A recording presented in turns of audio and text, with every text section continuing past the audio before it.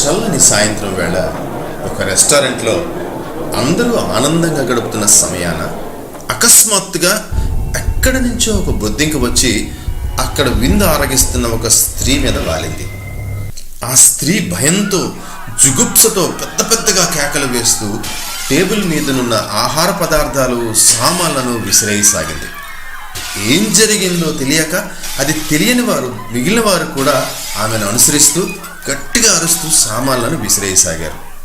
కాసేపటికి ఆమె ఆ బొద్దింకను తన భుజంపై నుండి తోలివేసింది. కానీ ఆ బొద్దింక వెళ్ళి కాస్త దూరంలో ఉన్న మరో మహిళపై పడింది.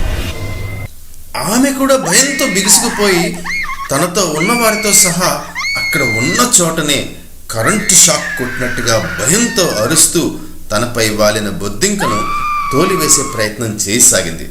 అలా ఆ కీటకం ఆమెపై నుండి ఎగిరి అటుగా వస్తున్న వెయిటర్పై పడింది. తనపై పడిన బొద్దింకను చూసిన ఆ వెయిటర్ కాసేపు నిదానంగా నిలుచుని గమనించి నెమ్మదిగా దాని చేతితో తీసుకొని ఆ రెస్టారెంట్ వెలుపలికి వెళ్ళి విసిరేశాడు. ఇదంతా గమనిస్తున్న నాకు ఒక ఆలోచన వచ్చింది. అక్కడ రెస్టారెంట్లో జరిగిన డిస్టర్బెన్స్కు బొద్దింకే కారణమా? అదే కారణమైతే మరి ఆ వెయిటర్ ఎందుకు డిస్టర్బ్ అవ్వలేదు? అక్కడ సిచ్యువేషన్కి పర్ఫెక్ట్గా రియాక్ట్ అయ్యాడు కదా. సో ఇక్కడ ఇద్దరు స్త్రీలు డిస్టర్బ్ అయ్యి వేర్వేరుగా ప్రవర్తించడానికి కారణం ఆ బొద్దింక కానే కాదు కదా.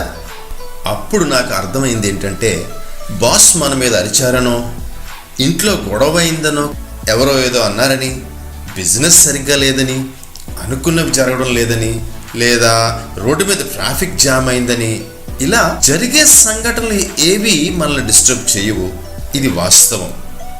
ఈ సిచ్యువేషన్స్ని సరిగ్గా హ్యాండిల్ చేయడం రాకపోతే ఖచ్చితంగా మనం డిస్టర్బ్ అవుతాం, అందరినీ డిస్టర్బ్ చేస్తాం.